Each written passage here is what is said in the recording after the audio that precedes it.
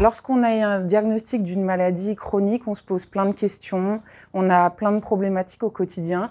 Et en fait, l'ETP, c'est la solution pour nous aider au quotidien et nous permettre d'être acteurs de notre pathologie. C'est une invitation à découvrir les pratiques et les comportements qu'il faut adopter, donc dans mon cas, après la greffe, pour avoir des conseils, des avertissements sur ce qu'on peut faire, ne pas faire. On est vraiment dans l'idée de l'échange, du débat. Moi, personnellement, ça m'a permis de me rendre compte que j'étais pas seul à avoir un certain type de problème.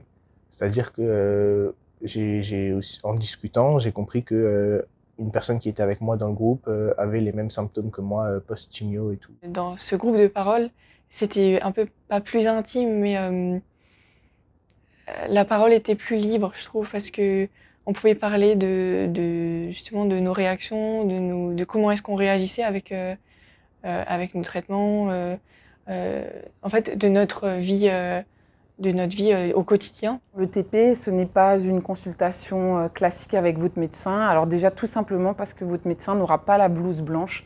Il va enlever sa posture de médecin scientifique pour prendre sa casquette de médecin, éducateur, formateur, pour vous accompagner tout au long de ce programme d'ETP et vous donner les clés pour être acteur de votre pathologie. J'ai pu échanger avec un pharmacien et donc j'ai pu en apprendre un peu plus sur les effets secondaires potentiels que j'avais. C'était important parce que ça m'a permis de me projeter déjà un petit peu dans la vie post-greffe, sachant que l'atelier principal que j'ai fait était relativement peu de temps avant ma greffe.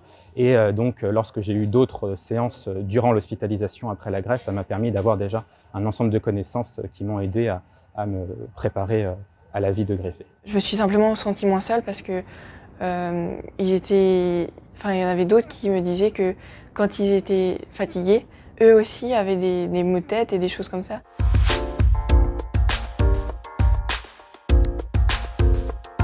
Bah franchement avec. Sans hésiter, avec. Moi, personnellement, je le conseillerais. Avec. Vivement conseillé.